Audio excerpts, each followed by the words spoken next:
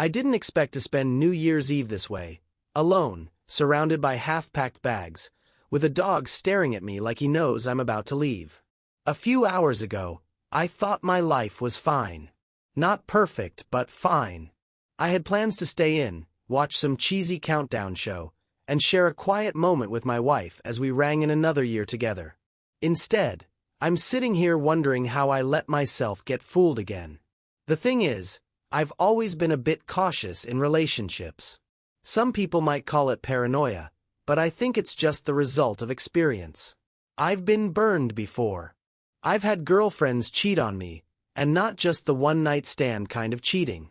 No, my exes had this knack for reconnecting with their old flames, their friends, as they'd call them, until one day I'd find out those friendships were far from innocent. When I met my wife, I thought she was different. She was open, fun, and straightforward. She seemed like the type of person who wouldn't play games, who wouldn't keep secrets.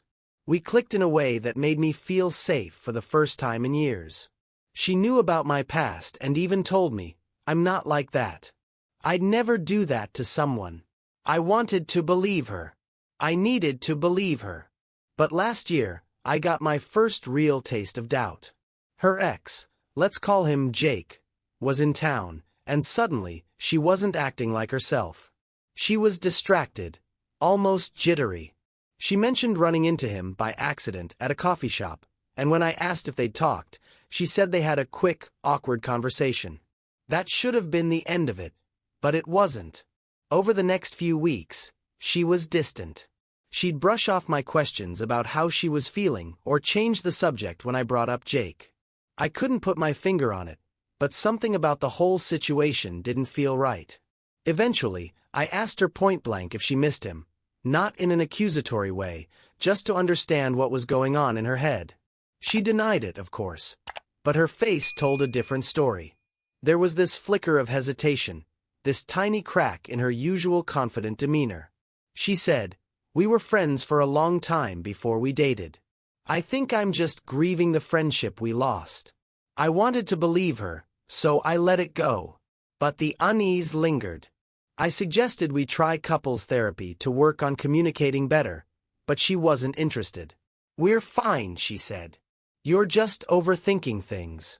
She laughed it off, and I convinced myself I was being paranoid. Fast forward to tonight. Things have been relatively calm between us since the Jake incident, or at least that's what I thought. A few days ago, she mentioned she'd signed up for a yoga retreat next weekend. It sounded like a great idea, honestly. She'd been stressed with work, and I thought the time away might be good for her. But when she told me about it, something felt off. She didn't have any of the usual excitement she gets when she's planning something fun. She was vague about the details, too. Said a friend had told her about it and that it was in Colorado. No specific name, no itinerary. Just, it's all last minute. I didn't question her. I told myself I was imagining things again, that I needed to trust her. But deep down, the unease was back, stronger this time. It was like a warning light flashing in the back of my mind, telling me something wasn't adding up. Tonight, while she was in the shower, her phone buzzed on the counter. I'm not proud of what I did next, but I'd be lying if I said I hadn't done it before. I picked it up. Normally, I wouldn't unlock her phone. Despite my past, I've always tried to respect her privacy. But this time, I couldn't stop myself. The notification on the screen was all the justification I needed.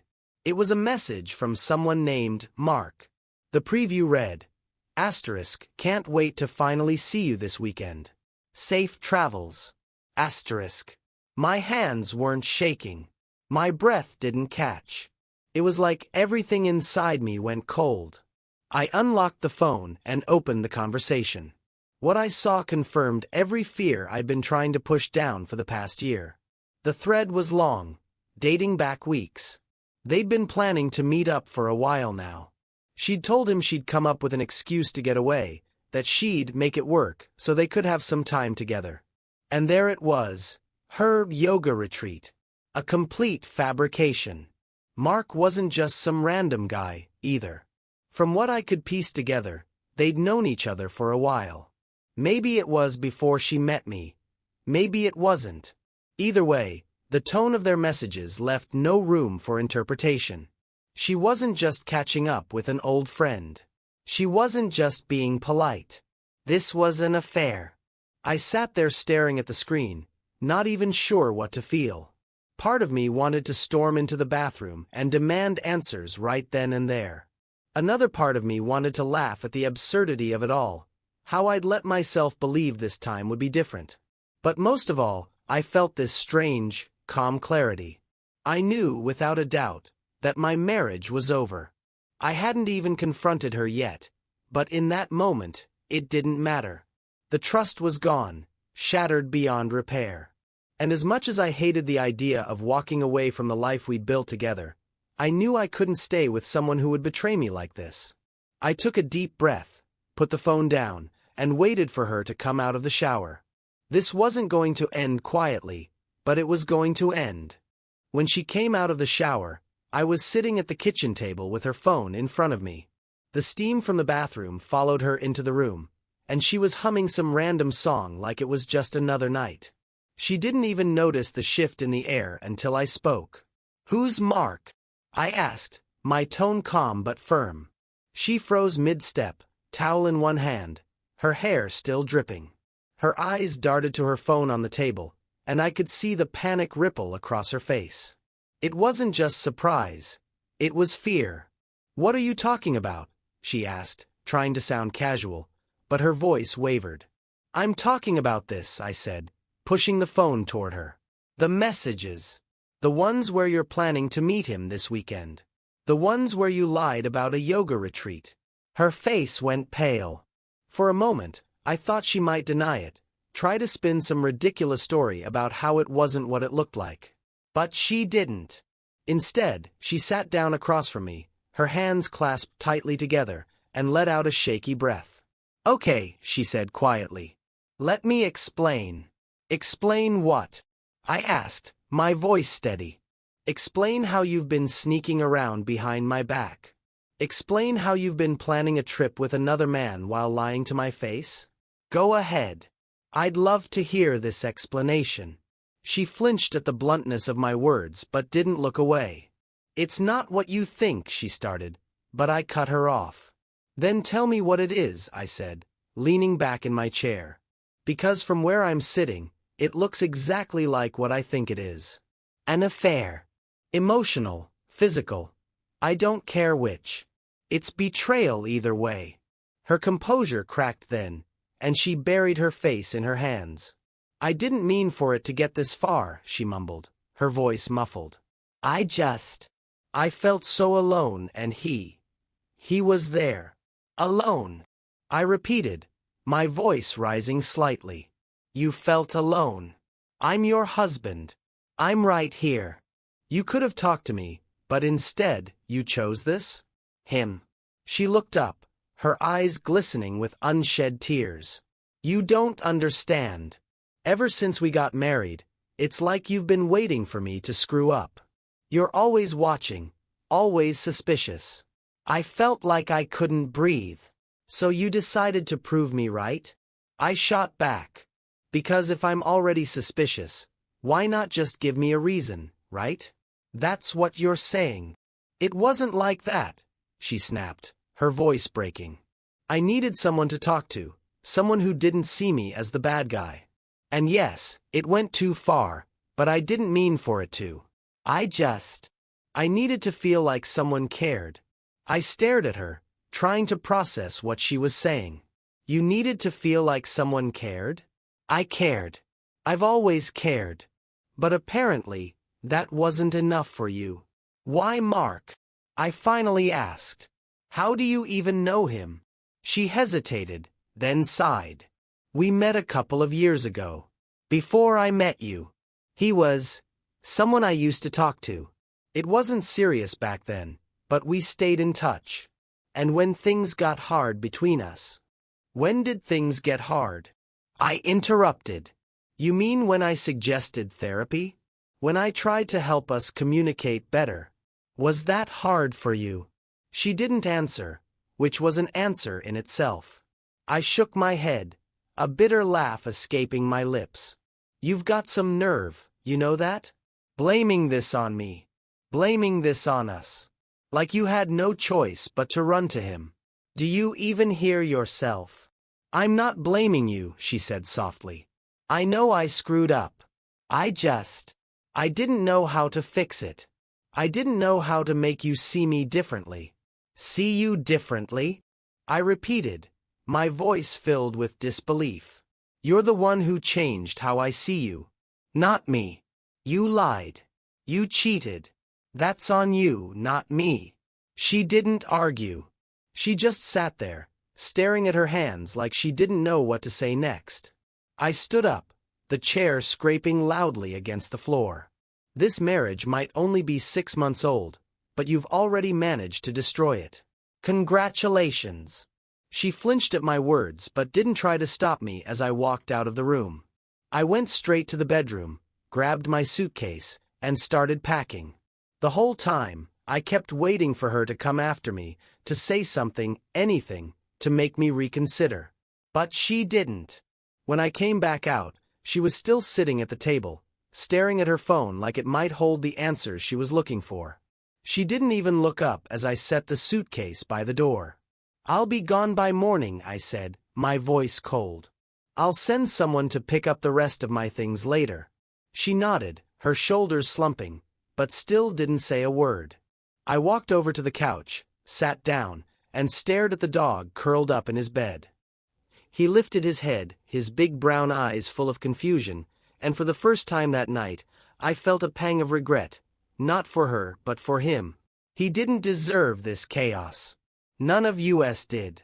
Tomorrow, I'll leave this house and this marriage behind. But tonight, I'll sit here and try to figure out how everything went so wrong. After sitting on the couch for what felt like an eternity, staring at the dim glow of the kitchen light reflecting off her phone still lying on the table, I decided I wasn't done. Leaving her in silence, letting her stew in guilt, wasn't enough. I needed closure. I needed to know why she thought this was acceptable, why she thought I wouldn't notice, why she thought our marriage wasn't worth fighting for. I stood up and walked back into the kitchen. She didn't look up right away, but when she finally did, her face was a mess of red, puffy eyes and tear-streaked cheeks. For a second, I almost felt sorry for her. Almost. Explain it to me, I said firmly, crossing my arms. I want to hear everything. No dodging, no excuses. Just the truth. She sniffled and wiped at her face with the back of her hand, looking exhausted. I already told you. No, I interrupted sharply. You didn't. You danced around it. I want the truth, all of it. How long has this been going on? What exactly happened between you and Mark? And more importantly, why? She hesitated, her mouth opening and closing like she was trying to find the right words.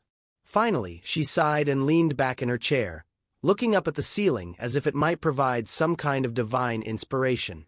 We started talking again a few months ago, she admitted. It was just casual at first. He messaged me on social media, and I didn't think much of it. We were friends once, you know? I thought it was harmless. Harmless, I said, raising an eyebrow. Texting him behind my back, planning secret trips. When exactly did it stop being harmless? Her gaze dropped to the table, and she fiddled with the corner of a napkin. I don't know, she said quietly. It just happened. He asked how I was doing, and I guess I needed someone to talk to. Things between us felt so strained. Strained. I repeated, incredulous. How? Because I tried to address the tension? Because I suggested therapy? Because I was paying attention to the fact that you were acting off? That's what you call strained. It wasn't just that, she said, her voice trembling. You're so intense sometimes. Like you're always waiting for me to mess up, and I felt like I couldn't do anything right. Mark was just easier. He didn't judge me. He didn't make me feel like I was walking on eggshells all the time. I shook my head, a bitter laugh escaping my lips. So your solution to feeling judged was to lie to me and cheat on me? Makes perfect sense.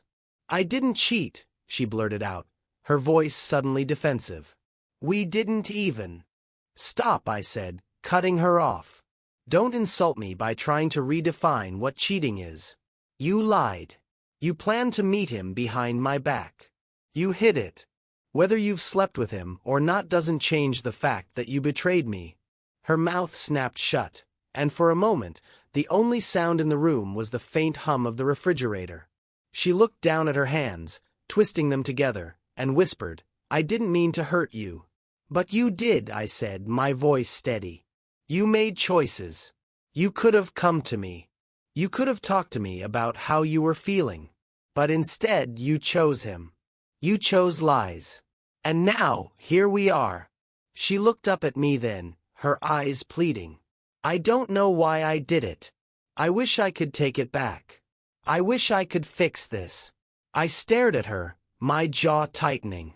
You don't get to wish it away. This isn't something you can just undo with a few tears and an apology. Trust isn't a light switch you can flick back on when it's convenient for you. It's gone, and you're the one who broke it. Her face crumpled, and she buried it in her hands again. I know, she sobbed.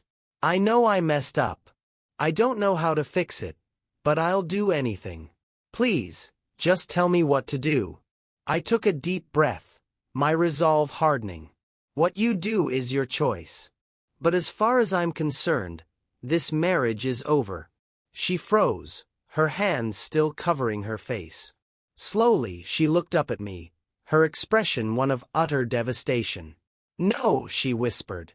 Please, don't say that. We can work through this. We can go to therapy. We can. We can't, I said firmly. Because therapy only works when both people are honest and committed. You've proven you're neither. Her shoulders slumped, and she let out a shaky breath. You're really leaving? Yes, I said without hesitation. I can't stay with someone who would do this to me. I deserve better. She didn't argue. She didn't beg. She just sat there, tears streaming down her face, as I turned and walked out of the kitchen. In that moment, I felt a strange mixture of emotions. There was anger, of course, and sadness. But there was also a sense of clarity, a realization that this chapter of my life was coming to an end. And while it hurt, it was also freeing in a way.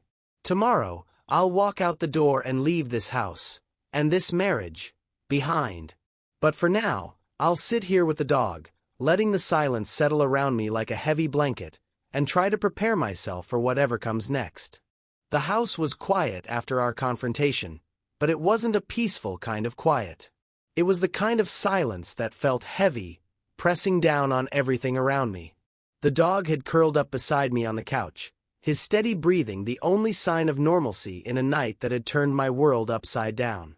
I sat there, staring at nothing, letting the reality of what had just happened sink in. It's hard to describe what I felt in those moments. Anger. Sure. Sadness. Absolutely. But mostly, there was this overwhelming sense of loss. I'd spent so much time building a life with her, investing in our future, believing we were on the same team. And now, it was like all of that had been wiped away in an instant.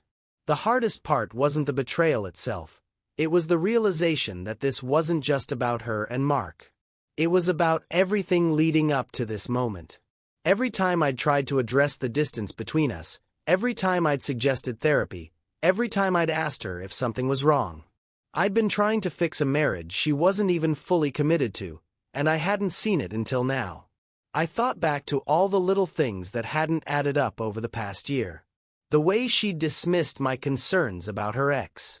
The way she'd brushed off my suggestions to work on our communication. The way she'd seemed distant at times, like she was somewhere else entirely.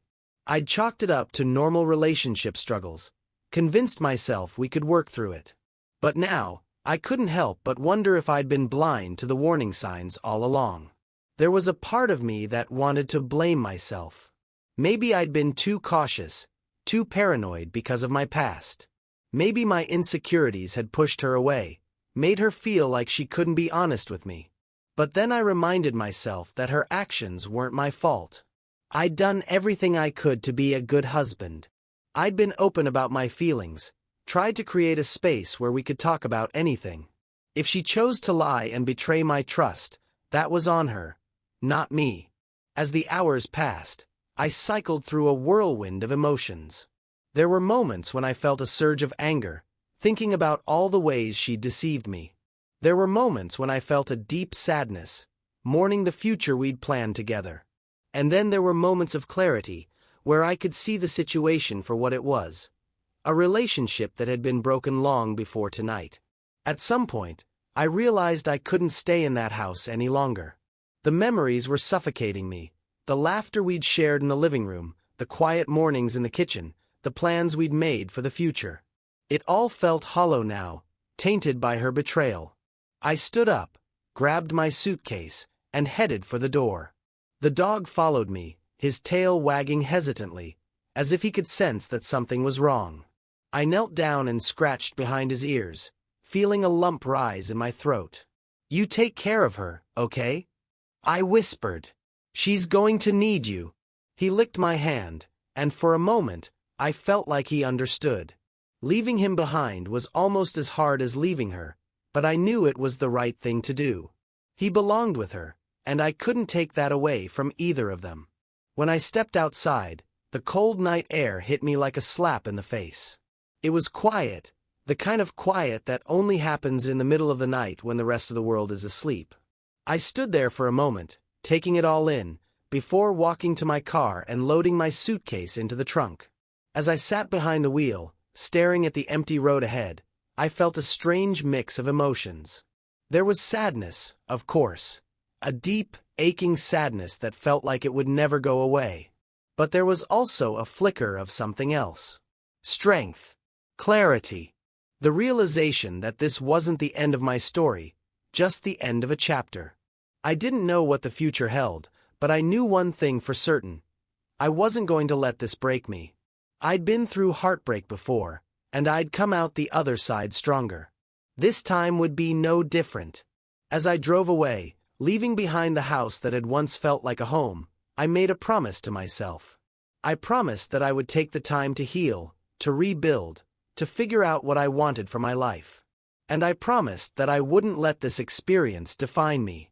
Tomorrow, I'll start the process of moving forward. But tonight, I'm allowing myself to feel everything. The pain, the anger, the loss. Because as much as it hurts, I know that this is what healing looks like. When I woke up the next morning, the weight of the previous night hit me all over again. I'd slept in my car, parked in a quiet lot near a park, unsure of where else to go. The sun was just starting to rise, casting a pale light over the empty street, and for a moment, I sat there, staring at the world outside and wondering how it had all unraveled so quickly. But as much as it hurt, there was also a sense of clarity. I wasn't going back. Not to the house, not to her, not to the life we'd built on a foundation that was already cracking beneath our feet. The decision was made. I wasn't going to waste another second trying to fix something she had already destroyed. I spent the morning making calls. First, I reached out to a close friend, a guy I've known since college, who offered me a place to crash while I figured things out. Then I called a lawyer. I didn't want to drag this out any longer than necessary. 6 months into a marriage and I was already looking at divorce papers, but I knew it was the right thing to do. When I arrived at my friend's place, he greeted me with a mixture of concern and understanding. "You did the right thing," he said after I explained everything. "Walking away takes guts, especially when it's someone you care about. But you deserve better than this." His words stuck with me. 4 years, I'd been telling myself that I wasn't enough, that my past, my insecurities, and my baggage made me difficult to love. But now, I was starting to realize that the problem wasn't me. It was her choices, her dishonesty, her unwillingness to face our issues head-on. Over the next few days, I threw myself into the practicalities of moving forward. I finalized the paperwork for the divorce, arranged to have the rest of my things picked up from the house, and started looking for a place of my own. It was exhausting, emotionally and physically, but it was also liberating. Every step I took felt like reclaiming a piece of myself that I'd lost somewhere along the way.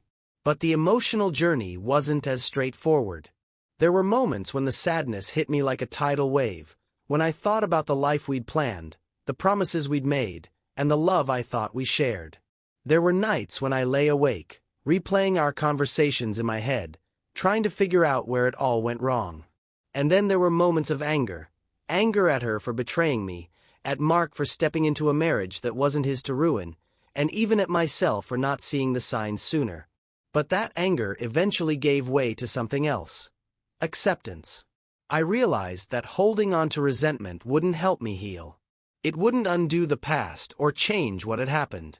The only thing I could control was how I chose to move forward. And I chose to let go, not for her, but for me. Looking back, I've learned some hard but valuable lessons from this experience. Trust isn't just about believing someone won't betray you. It's about feeling secure enough to open up, to communicate, to face challenges together. And as much as it hurts to admit, trust is also something that can't be rebuilt once it's shattered. I've also learned that love isn't enough to sustain a relationship. It takes effort, honesty, and a willingness to face the messy, uncomfortable parts of life together. Without that foundation, even the strongest love will eventually crumble. So, here I am, starting over at 32. It's scary, sure. The thought of putting myself out there again, of opening my heart to someone new, feels almost impossible right now. But I know I'll get there. I know I'll heal, and when I do, I'll be ready for something better, something real. For anyone reading this who's been in a similar situation, my advice is simple. Know your worth. Don't settle for someone who makes you feel like you're not enough, who prioritizes their own desires over your trust and respect. It's hard to walk away, but sometimes it's the only way to find peace. Do you think I did the right thing? Let me know in the comments. I could use the advice.